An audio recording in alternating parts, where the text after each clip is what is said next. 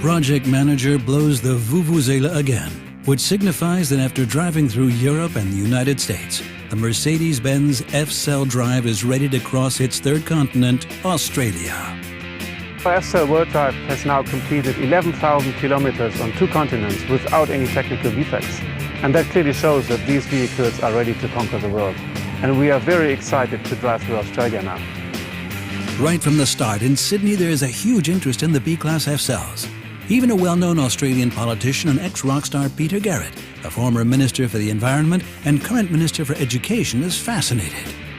We know a bit about fuel cell technology, and we know that we really need to get to zero carbon emissions over time through technologies including for motor vehicles. So it's exciting to see it here in Australia, and I think it'll provide a lot of inspiration for Australians generally. This is exactly what happened to these young onlookers. They're particularly impressed by how quiet the car is. The engine is on.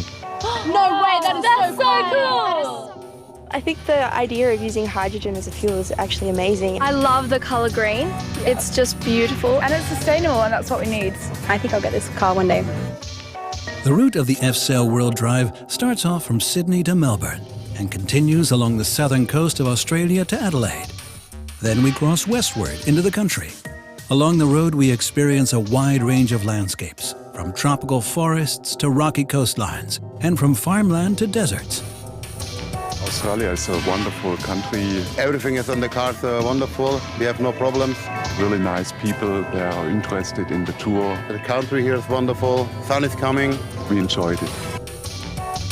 Because of the recent rainfall, the huge Nullarbor National Park looks unusually green.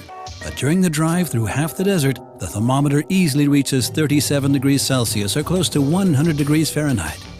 Now for the first time, we encounter some unpaved roads here, and part of the drive is going off-road. Right in the middle of the Australian outback, the crew celebrates the halfway point at 15,250 kilometers. The F-CELL World Drive has completed half of its drive around the world. In our planning, we were really focused to go on normal sealed roads. But for one of the other really nice viewpoint, you take into account to run a little bit on gravel road. And that gives great possibilities for photos for our journalists, and it's also very interesting for our team. And the F-CELLs did well. They ran along the gravel roads and returned back safely on the highways. On the last leg of the drive crossing the outback, there are no hotels in sight. For many of the drivers, camping out in tents is quite exciting and is a highlight of the drive. It's awesome. We're in the outback. We're camping here. I never believed that we're doing this.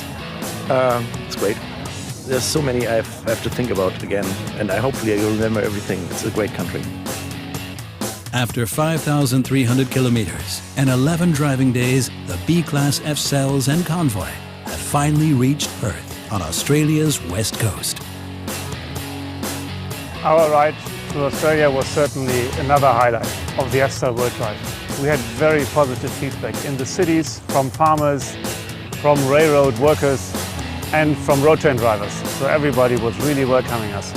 We have now toured the world halfway, and from now on, we go home. And like people say here, no worries, mate. Goodbye, Australia! And the tour is moving on to China.